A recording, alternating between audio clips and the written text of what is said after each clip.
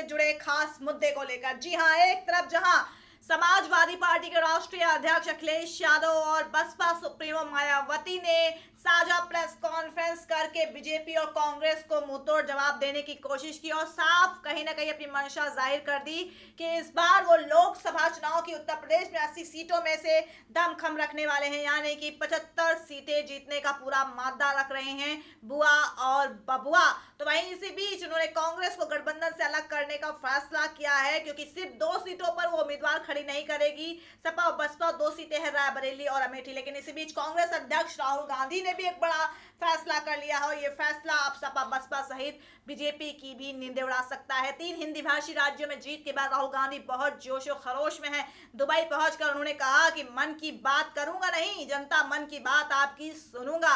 यानी कि कुल मिलाकर राहुल गांधी भी उसी नक्शे कदम पर चल रहे हैं जो कि पीएम मोदी करते हुए नजर आ रहे हैं और जो कि उन्हें करके दिखाया है। अब ऐसे में राहुल गांधी एक्शन मूड में नजर आएंगे फरवरी से, और ऐसे में उनकी ताबड़तोड़ कहीं ना कहीं चुनावी जो उनका जोरदार आगाज होगा उत्तर प्रदेश में। और राहुल गांधी का फोकस ये है कि भले ही वो अकेले चुनाव लड़ें, लेकिन वो कहीं ना कहीं सपा बसपा को तो मुंहतोड़ जवाब देकर रहेंगे कि भले ही गठबंधन का हिस्सा नहीं बनाया, लेकिन मैं अकेले ही बहुत काफी हूँ। वैसे भी देखा जाए राहुल गांधी 3 हिंदी भाषी राज्यों के बाद उनकी जीत, उनकी बातों, उनके बात करने के लहजे और उनके खुद को प्रेजेंट करने के तरीकों में बहुत जमीन आसमान का अंतर आ चुका है। आज राहुल गांधी वो पहले वाले राहुल गांधी नहीं रह गए, क्योंकि अगर देखा जाए तो शिवसेना से लेकर खुद जो बाकी विरोधी पार्टियां हैं वो लगातार राहुल गांधी में अब बदलाव की बयार देख रही हैं। एक बदलाव की बयार पीएम मोदी ने 2014 में कहा था कि हिंदुस्तान बदलेगा, तो आप कहीं ना कहीं 2019 में आप शायद राहुल गांधी बदलते हुए नजर आ रहे हैं। और राहुल गांधी का अब ये पूरा फोकस है कि कहीं ना कहीं वो हिंदुस्तान की अब तकदीर बदलेंगे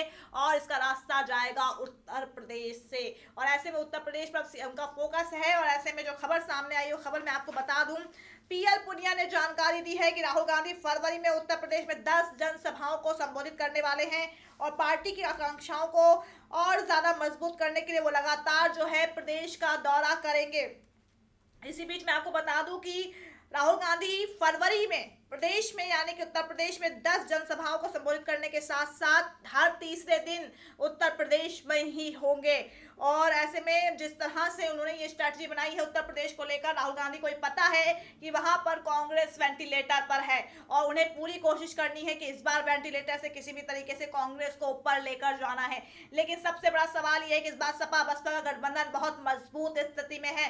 जिस तरह से गोरखपुर, फूलपुर, कैराना और नूरपुर से उन्होंने बीजेपी का सुपड़ा साफ किया, से बीजेपी की तो नींदें उड़ी गई हैं, लेकिन कहीं ना कहीं कांग्रेस के लिए भी बड़ा मैसेज है। और कांग्रेस के लिए भी कहीं ना कहीं जो है राह बहुत आसान नहीं है, बहुत मुश्किल ही रहा है। हालांकि बीजेपी भी उसी समकक्ष खड़ी होती है, बीजेपी के लिए भी राह उतनी आसान नहीं है। अब जैसा कि साझा प्रेस कॉन्फ्रेंस कर दी है, बहुत जल्द इस बात का भी ऐलान हो जाएगा कि समाजवादी पार्टी जो जिन सीटों पर चुनाव लड़ रही है उन सीटों से किन किन उम्मीदवारों को टिकट देगी। और वहीं बसपा का अगर जिक्र करूं तो बसपा किन उम्मीदवारों को टिकट देगी ये भी देखना होगा। पश्चिम उत्तर प्रदेश, अवध, पूर्वांचल, बुंदेलखंड में क्या रहेगा बसपा सपा का गणित, ये भी बहुत देखना दिलचस्प होगा। और सबसे ज्यादा गणित जो बिगड़ती भी नजर आएगी इस वक्त, पूर्वांचल की गणित जो है वो कहीं ना कहीं मास्टर स्ट्रोक के तौर पर काम करेगी। देखना होगा कि पूर्वांचल में रहने वाले लोग इस बार किस पार्टी का साथ देते हैं। और ऐसे में कट्टर हिंदूवाद की इसको जगह दी जाती है और 80 में से 28 सीटें पूर्वांचल से ही आती हैं और इस सब पूर्वांचल की गणित काफी बिगड़ती हुई नजर आ रही है। ऐसे भी 2 पार्टियों का उदय भी हुआ है। खैर वो पार्टी उतनी इस बार इतना अच्छा बेहतरीन प्रदर्शन नहीं कर सकती हैं, ये खुद देखकर भी लग रहा है। लेकिन हाँ, कुल मिलाकर राहुल गांधी अब जिस तरह से स्ट्रैटेजी बना रहे हैं, संसदीय क्षेत्र का दौरा करेंगे वो अपना, और रायबरेली से सोनिया गांधी का चुनाव न लड़ना, प्रियंका गांधी का नाम सामने आना, कुल मिलाकर इशारे बयां कर रहा है कि उत्तर प्रदेश में इस बार शायद कांग्रेस की स्थिति में थोड़ा सा हमें बदलाव देखने को मिल सकता है। यानी कि जिस तरह से वो रायबरेली और अमेठी तक सीमित रह गई है कांग्रेस, शायद इस बार वो ज्यादा सांसद बनाने में कामयाब हो सके। और आपको बता दो कि साल 2014 लोकसभा चुनाव में कांग्रेस केवल 2 सीटों पर सांसद बना पाई और वो कौन सी सीटें हैं, रायबरेली और अमेठी। और ऐसे में सपा का आंकड़े की बात करूं तो उसको 5 सीटें मिली थी लोकसभा 2014 में।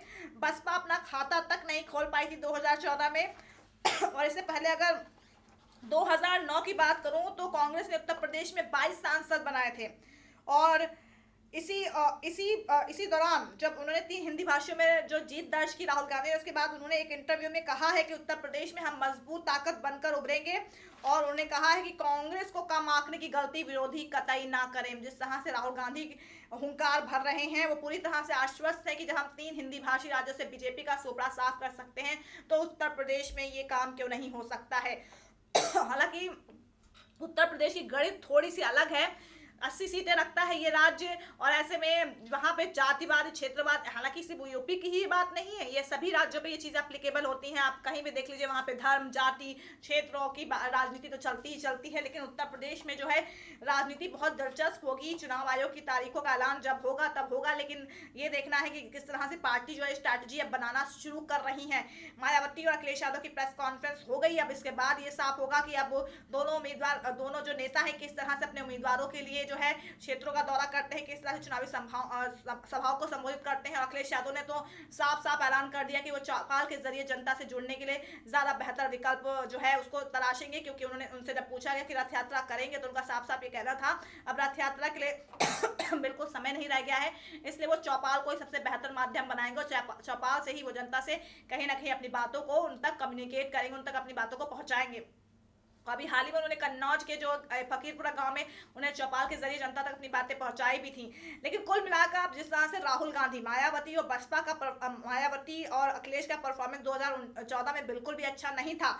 अगर 2017 विधानसभा चुनाव में यूपी की बात की जाए तब भी वहां पे परफॉर्मेंस कोई बेहतर नहीं था सपा बसपा का।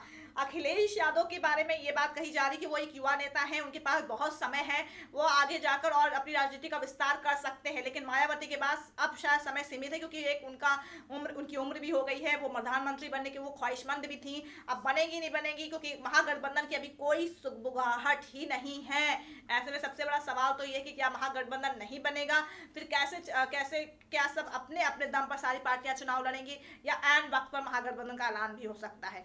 खैर कुल मिलाकर लेकिन उत्तर प्रदेश में फिलहाल जो है राजनीति बहुत दिलचस्प होती जा रही है।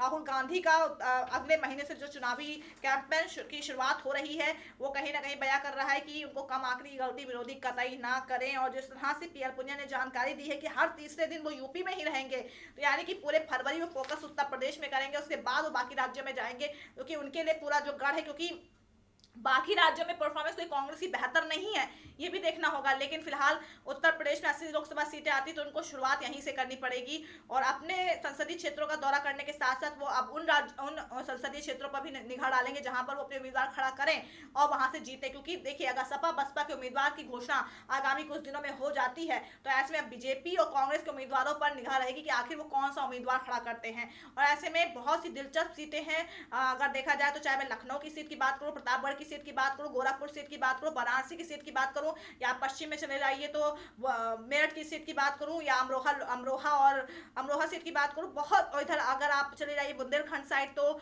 जालौन की बात करूँ, या कन्नौज की बात करूँ, या फिरोजाबाद की बात करूँ, बहुत सी ऐसी सीटें हैं, बहुत दिलचस्प सीटें हैं, क्योंकि हर पार्टी का अपना कहीं ना कहीं दबदबा है। यादव परिवार का इटावा के इधर जो है जितने क्षेत्र आते हैं, फिरोजाबाद, शिकोहाबाद, कन्नौज, मैनपुरी, यहाँ पे उसका दबदबा है। अगर देखा जाए तो बीजेपी का दबदबा मुख्य जो है वो पूर्वांचल में है, क्योंकि योगी आदित्यनाथ का गढ़ है वो। लेकिन गोरखपुर में जिस तरह से बीजेपी की हार हुई है, वहां पे भी वो जो दबदबा है वो कहीं ना कहीं अब फीका साबित होता हुआ नजर आ रहा है उत्तर प्रदेश में। लेकिन हाँ, अभी हम बीजेपी को भी कम नहीं आंक सकते हैं, क्योंकि बीजेपी अपने पत्ते बाद में खोलती है, और जब खोलती है तो सारे विरोधी पस्त हो जाते हैं और चारों खाने चित्त भी हो जाते हैं, इसलिए हमें कम नहीं आंकना होगा। और जिस तरह से अभी बीते दिनों पीएम मोदी गाजीपुर पहुंचे थे और उन्होंने महाराजा सुहेल देव को लेकर जो एक चुनावी स्टंट खेला, उसके बाद जिस तरह से उनकी जो बातें खुलकर सामने आ रही हैं कि बीजेपी की जिस तरह से उनकी रैली अभी शुरुआत होगी, आगरा में रैली की शुरुआत कर दी पीएम मोदी ने, और रामलीला मैदान में अमित शाह ने चुनावी सभा को संबोधित किया। तो यानी कि अब बीजेपी भी कहीं ना कहीं अब शुरुआत में लग गई है। लेकिन अब सीधे अभी ये कारवां उत्तर प्रदेश में से शुरू होगा, फिर बाकी राज्यों में घूमेगा, क्योंकि पहले तो उन्हें उत्तर प्रदेश पर ही फोकस करना है। मुख्य नजर तो ये भी रहेगी पीएम मोदी किस सीट से चुनाव लड़ेंगे। 2 सीटों का जिक्र हो रहा है कि एक तो उड़ीसा राज्य की भी सीट सामने आ रही, क्योंकि अगले साल वहां पे विधानसभा चुनाव होने वाले हैं। ऐसे में उड़ीसा के किसी जिले से चुनाव लड़ सकते हैं। और ऐसे में अगर उत्तर प्रदेश में बात की जाए, बनारस की सीट से शायद चुनाव लड़ेंगे पीएम मोदी। हालांकि बातें तो ये आ रही कि बनारस छोड़ सकते हैं इस बार, लेकिन बनारस से ही शायद चुनाव लड़ सकते हैं पीएम मोदी। तो ऐसे में सीटों का जो अभी वहां पर जो समागम देखा जा रहा है उत्तर प्रदेश में, वो तो है ही अपने आप में दिलचस्प। जो एक अर्धकुंभ जो 14 जनवरी से वहां पर शुरुआत हो रही है इलाहाबाद में, संगम नगरी इलाहाबाद में एक अर्धकुंभ वो शुरू हो रहा है, लेकिन लोकसभा का अर्धकुंभ फिलहाल शुरू हो गया है और रणनीति भी शुरू हो गई है। और देखना होगा धीरे धीरे क्या होता है उत्तर प्रदेश में। और कांग्रेस अध्यक्ष राहुल गांधी की जो ये रणनीति अब खुलकर सामने आई है कि वो 10 जनसभा करेंगे, हर तीसरे दिन उत्तर प्रदेश में रहेंगे। इसके अलावा जिस तरह से वो अपनी पार्टी को मजबूत करेंगे, वो देखना होगा वो कितना कारगर साबित होता है। लेकिन हाँ, अगर राहुल गांधी ने ठान लिया है, ये भी देखना होगा किन किन सिपा सलार को अपने साथ लेकर आते हैं। क्योंकि अगर देखा जाए तो इस वक्त उत्तर प्रदेश के जो प्रभारी हैं, अभी किसी का नाम खुलकर सामने नहीं आया, लेकिन बीजेपी की तरफ से खुल के सामने आया कि जेपी नड्डा है उत्तर प्रदेश में जो है प्रभारी बनाए गए हैं। इसके अलावा बसपा सपा पे भी नजरें रहेंगी, लेकिन अभी कांग्रेस और प्रियंका गांधी का स्ट्रोक हो सकता है। क्योंकि अगर रायबरेली से, क्योंकि मैं कह रही ना सीटें बहुत दिलचस्प है इस बार, हर बार की तरह रायबरेली से अगर इस बार सोनिया गांधी चुनाव नहीं लड़ती हैं तो कौन उम्मीदवार चुनाव लड़ेगा? क्या प्रियंका गांधी उतरेंगी उत्तर प्रदेश के सियासी मैदान में? क्या प्रियंका गांधी को लाएंगे राहुल गांधी राजनीति में? बहुत सी बातें हैं। क्या प्रियंका गांधी खुद आएंगी राजनीति में? मतलब बहुत से सवाल हैं, अनगिनत सवाल हैं, और धीरे धीरे सभी सवालों के जवाब मिलने शुरू हो जाएंगे। यानी कि कांग्रेस अध्यक्ष राहुल गांधी की स्ट्रैटेजी अब कितनी सफल होगी ये देखना भी फिलहाल बाकी है। लेकिन हाँ, 3 हिंदी भाषी यानी कि मध्य प्रदेश, छत्तीसगढ़ और राजस्थान में जिस तरह से कांग्रेस ने परफॉर्मेंस अपना दिखाया है, उसको हम दरकिनार नहीं कर सकते हैं। भले ही लोग इसमें कह रहे हो कि वो जीत कोई जीत नहीं थी, लेकिन कम से कम आप ये तो समझिए कि 15 साल से 2 राज्यों में सत्ता जो बीजेपी के हाथों में थी, उसको तो बीजेपी से खींच लिया कांग्रेस ने। इसमें तो फिलहाल एक सकारात्मक ही नजरिया देखना चाहिए। लेकिन हाँ, सपा बसपा के जोड़ का तोड़ भी निकालना होगा, और ये भी देखना होगा कि सपा बसपा ने गठबंधन तो किया है, लेकिन बुआ बबुआ का गठबंधन बनता टिकता कब तक है? क्योंकि शायद आपको पता है कि 1993 का वो गेस्ट हाउस कांड, माफी चाहूंगी मैं, 1993 जब सरकार बनी थी उत्तर प्रदेश में मुलायम सिंह और बसपा की, उसके बाद जो 95 में जो गेस्ट हाउस कांड सामने आया था, तो यानी कि कुल मिलाकर बहुत सी बातें खुलकर सामने आ रही हैं। तो ऐसे में भले मायावती को अब कोई दुख ना हो कि जो हुआ सो हुआ, वो रात गई बात गई, इस पे बिलीव कर रही हूँ, लेकिन मायावती राजनीतिक परिपक्वता में बहुत माहिर है, उनकी चतुरता की दाद देनी पड़ेगी। उनको पता है कि कब कहाँ कौन सा पासा खेलना है। इसमें अखिलेश यादव बहुत पीछे है अभी मायावती से।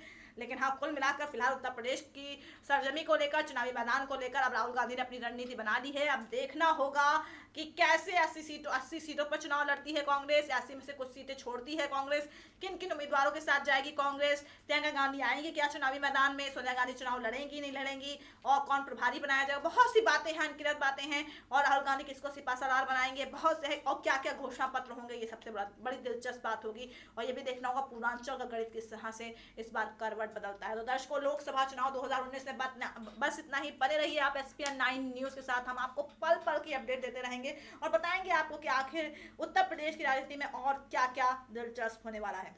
नमस्कार दर्शकों।